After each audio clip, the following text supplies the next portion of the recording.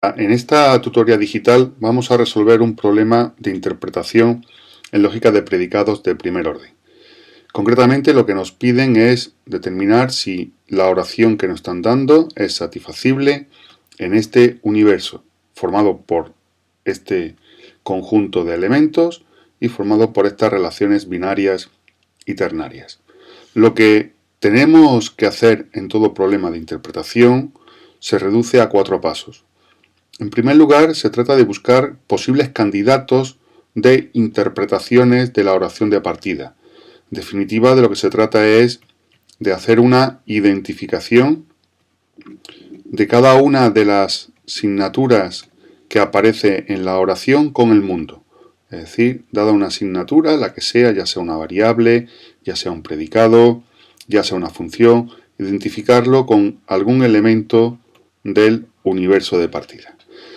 Bien, el segundo paso consiste en obtener o determinar si los dominios que se asignan a las variables son coherentes, es decir, en este caso si a la variable x se le asigna un determinado dominio y a la variable y se le asigna otro determinado dominio, la cuestión es, D1 y D2 son, pongamos entre comillas, compatibles, porque si no lo son, tendremos que buscar otra asignación de asignaturas con elementos del universo. El tercer paso consiste en determinar la asignación de verdad de cada uno de los elementos atómicos. Y una vez que se tiene el valor de verdad de cada uno de los elementos atómicos, estamos en condiciones de obtener la función de evaluación o el valor de la oración para dicha interpretación. Empezamos con el primer paso de cuáles son las posibles interpretaciones. Bien, en este caso la oración de partida consta de la asignatura P, que representa a una relación de arida 2. Así que tenemos que ver qué relaciones de arida 2 tenemos en nuestro universo. En este caso tenemos a B1, a B2 y a B3. Son los posibles candidatos para P. De la misma forma, tenemos también una relación R, que está formada por 3 términos, es decir, es de arida 3, y por tanto, en nuestro universo solamente podremos relacionarlo o con T1 o con T2. Otro símbolo que nos aparece es la función G. La función G, como función, se trata de una relación que vincula, en este caso, al producto cartesiano de dos conjuntos, que voy a denotar por A y por B, para morir en otro conjunto, en un conjunto C. Pero hay que recordar que toda función no es que equivalga, sino que es un caso particular de relación. Así que aunque la función tenga dos términos, realmente corresponde a una relación de arida 3. Es decir, solamente podríamos relacionarlos o relacionarla con T1 o con T2. Por último, tanto la variable x como la variable y pertenecerían al universo U de partida. A priori, en principio, ya todo depende de las asignaciones concretas que hagamos para cada una de las relaciones y de la función. Pero en principio x e y toma valores en el conjunto 1, 2, A, B y C. Así que en total tenemos 3 posibles interpretaciones para P, 2 posibles interpretaciones para R y 2 posibles interpretaciones para G. Es decir, en total tenemos 3 por 2 por 2 interpretaciones, es decir, 12 posibles interpretaciones candidatas.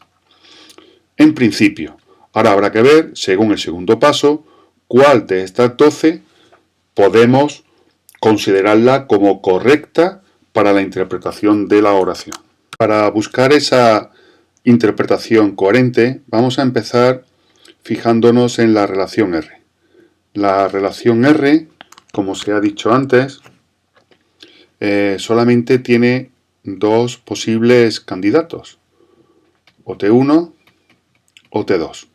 Si nos fijamos en T1 y en T2, observamos que los dominios de las variables son tales que si es T1 son letras y si es T2 son números, es decir, el primer término puede ser letra o número.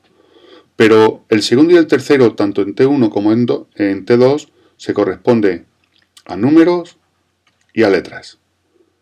Es decir, si R lo identifico con T1 o con T2, su término X y su término Y necesariamente tiene que ser un número o una letra, lo cual nos va a imponer restricciones sobre cómo tiene que ser P. Más concretamente, P, como puede ser B1, B2 o B3, puede ser o un subconjunto de número por número, si fuese B1. P puede ser un subconjunto de números del producto cartesiano de números por letras, caso de que fuese B2. O P puede ser un subconjunto de letras por letras, si fuese B3. De entre los tres posibles candidatos, su primer elemento X, según esto que acabamos de ver ahora mismo, deberá de ser un número. Luego, P no puede ser B3. De la misma forma, su segundo elemento Y, según acabamos de ver, tiene que ser una letra. Luego, no puede ser B1. Así que la única posibilidad es que P lo podamos identificar con B2. Si queremos identificar R con T1 o T2, que son las únicas posibilidades. ¿Vale? Bien, así que no solamente sabemos ya que P lo tenemos que identificar con B2, sino que además ya sabemos que el dominio de X tiene que ser un número, es decir, puede ser el 1 o el 2. Y la componente Y, el término Y, tiene que pertenecer al conjunto de las letras, que según el universo tenemos el A, el B y el C. Bien, y ahora nos fijamos en G. Hemos dicho antes que G tiene que ser también o T1 o T2. Pero G tiene dos argumentos, el Y y el X. Y el Y tiene que ser, según acabamos de ver, letra. Y el X, según acabamos de ver, tiene que ser un número. Si G lo identifico con T1, entonces la asignación que se hace de Y y de X es coherente, puesto que tenemos una letra y un número, letra y número, letra y número. Sin embargo, si hago una asignación de G para T2, resulta que el primer elemento de T2 es número, número, número, número, número, y nunca es letra. Por lo tanto, no podemos hacer una identificación de G con T2 y solamente nos queda la posibilidad de que G lo identifiquemos con T1. Con lo cual, G es una función que va del conjunto de las letras por los números con imagen en el conjunto de las letras del universo. ¿Vale? Este es nuestro Y. Obsérvese que está cambiado el orden, ¿eh? El Y, el X, y da como imagen el G de IX. ¿Vale? Bien, por último, de los dos posibles candidatos que teníamos inicialmente para R, que podría ser T1 o T2, tenemos que decantarnos por uno de ellos. ¿Cuál puede ser? Bueno, como resulta que el primer término de R es lo que devuelva G y G muere en letras, significa que el primer elemento de R deberá de ser tal que su imagen debe de ser la de G, tiene que ser una letra. Y según hemos visto antes, el resto es o número o letra. ¿Qué estructura se presenta en T1 y en T2 que responda a esto? Letra, número y letra. Pues bueno, pues solamente T1. Luego la fuerza, la relación R, la tengo que identificar con T1. Y no quedan más alternativas. Por lo tanto, de las 12 posibles interpretaciones que teníamos inicialmente, solo una es coherente. Bien, pues con esta única interpretación vamos a pasar a evaluar la expresión de partida. Bien, para evaluar la oración, como no puede ser de otra forma, tenemos que recurrir a una tabla de verdad. En este caso, la tabla de verdad para la oración de partida se presenta de esta forma, donde inicialmente tendremos que calcular los valores que se asignan a las variables y a la imagen de la función. Para a continuación iré evaluando cada una de las expresiones que aquí aparecen en el orden que viene determinado por la prioridad de los operadores. En este caso, el orden de evaluación sería primero los elementos atómicos, es decir, primero sería esta columna, después sería esta, y pasaríamos ahora, según la prioridad, a evaluar el condicional, el existencial y por último el cuantificador universal. ¿Vale? Bien, para poder evaluar el cuantificador universal yo tengo que hacer una asignación de x, según vemos aquí, para a continuación encontrar algún valor de y que haga que todo esto, sustituyendo x e y, sea cierto. Bien, vamos a empezar, por lo tanto, por el primer valor de x, que es 1. ¿Vale? Tendremos que estudiarlo para el caso 1 y para el caso 2. Y tanto para el caso 1 como para el caso 2 tengo que encontrar un valor de y ver si esto es cierto. ¿Cuáles son los posibles valores de y? Pues bueno, tengo el a, el b y el c. De la misma forma lo tendré que hacer aquí para el a, el b y el c. Bien, voy a considerar solamente la primera pareja.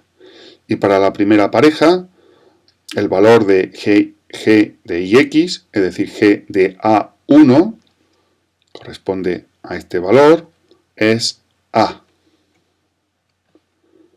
Y para esta asignación tenemos que el valor de verdad de la pareja 1a, basta sustituir aquí el x, el y, el valor de verdad del 1a es verdad, porque el elemento o la pareja 1a pertenece a la relación V. En este caso, como lo que tengo es una implicación material y tengo que la condición suficiente es cierta, no me queda otra que calcular el valor de verdad de la condición necesaria. Y la condición necesaria en este caso se trata de determinar si la terna a, que es el valor de g de x, que es 1, e y, que es a, se trata de ver si pertenece a la relación. Y tenemos que efectivamente la terna A1A sí que pertenece, por lo tanto el valor de verdad del elemento atómico es verdad. Siguiendo el orden de prioridad tenemos que la implicación es verdad. Luego hemos encontrado un valor de y que hace que la implicación sea cierta, con lo cual el cuantificador existencial ya sabemos que es verdad. No tenemos que seguir estudiando el resto de los casos. Ya sabemos que el existencial es cierto, pero no sabemos aún si el cuantificador universal lo es. Así que pasamos a otro valor de x. En este caso voy a considerar la pareja 2b. Y para la pareja 2b tenemos que el valor de g de b2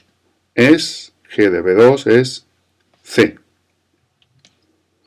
Así que el valor de verdad de p en los valores 2 y b es falso, puesto que la pareja no aparece.